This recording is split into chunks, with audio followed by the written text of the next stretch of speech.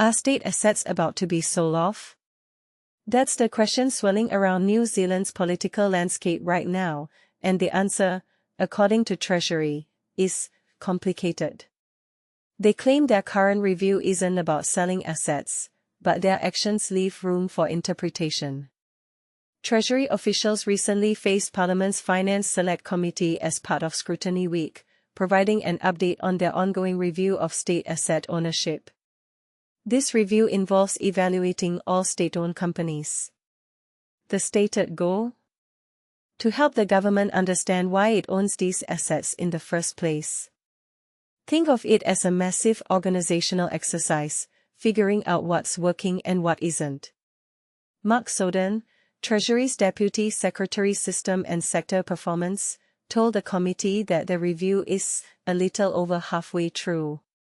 He explained that officials are providing updates to ministers, entity by entity, and that Minister Simeon Brown intends to present them all collectively to Cabinet. But here's where it gets controversial. Green co-leader Chloe Swarbrick directly asked whether this review involves considering asset sales.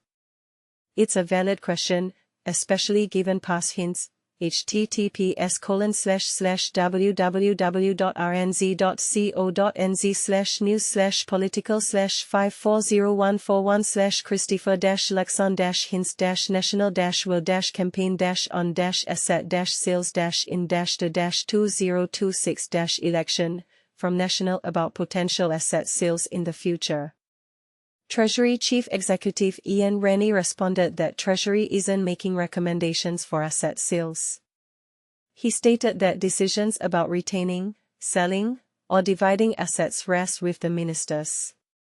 Soden elaborated that the review focuses on whether the Crown has a policy interest in a specific area and, if so, what's the best way to achieve it.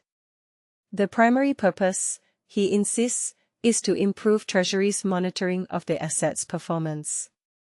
You may conclude that the Crown doesn't have an ownership purpose, and then that's up to ministers to decide, well, what do they want to do with that asset? Soden said, emphasizing that the review isn't driven by the idea of selling assets. The idea of what you might keep or drop is almost an offshoot. And this is the part most people miss. Even if the review isn't primarily about sales, the outcome could very well lead to them. If Treasury determines that owning a particular asset isn't the best way to achieve a policy goal, the decision to sell it then falls to the ministers. Treasury also acknowledged that they haven't yet provided ministers with detailed advice on the potential consequences of specific asset sales. However, they assured the committee that they would do so if requested, particularly regarding treaty-related policy issues. There will be particular assets that will have, for example, particular treaty-related policy issues, Rennie stated, emphasizing the importance of ministers being aware of and understanding these issues. Soden committed to providing MPs with more details about the specific entities that have already been assessed and those still in progress. One example already under scrutiny is New Zealand Post. Soden confirmed that Treasury has provided advice on its ownership purpose.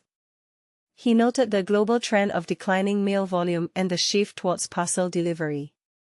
Without going into the advice we gave, there are other options for the government to be able to achieve the delivery of a sustainable mail service beyond owning New Zealand Post. This strongly suggests that Treasury is considering alternatives to government ownership of NZ Post. Labour Finance spokesperson Barbara Edmonds raised concerns about potential political bias, questioning what safeguards are in place to ensure Treasury isn't providing advice to assist National in formulating its election policy. That's very hazy, she said, pointing to public statements from the leader of one governing party suggesting that asset sales wouldn't happen under their watch. Rennie acknowledged the grey area, but assured the committee that he's comfortable the advice is for government purposes, not partisan ones. Here's where things get interesting.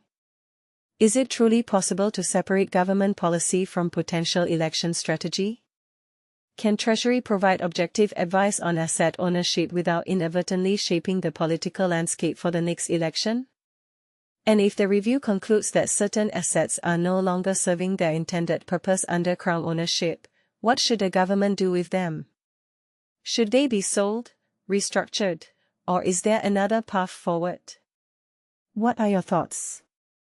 Join the discussion in the comments below.